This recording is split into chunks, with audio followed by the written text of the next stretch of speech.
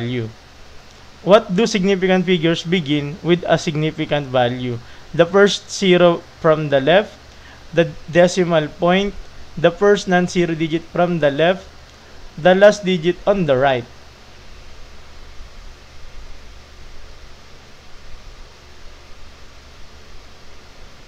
Saan daw nag-i-start yung pagbibilang or yung makikita natin na significant? Saan daw?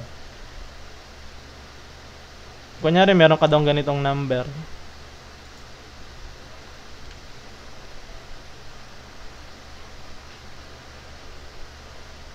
Saan ka daw magi-start magbilang ng significant mo? Kailan daw magi-start yung significant mo?